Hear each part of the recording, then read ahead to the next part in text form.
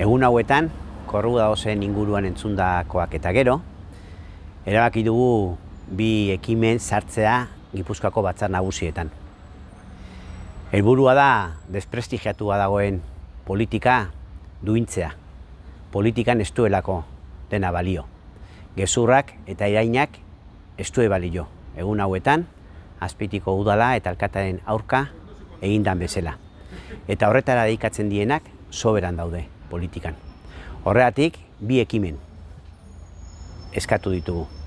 Batetik, Larrañaga jaunak hemen batzar nagusietan esandakoak dituela negozio planak, dituela proiektuak edo txosten juridikoak ekartzeko eta ze datakin jaso zituen adierazteko. Eta bigarrenik, Nagore Alkorta, Azpeitiko alkatea, etorri dadila batzar nagusietara, berak zuzenean eta modu fidegarrian kontatzeko ze gertatu dan Azpeitin talde politiko guztiei. Politikan danak ez du balio eta gauza batzuk soberan daude.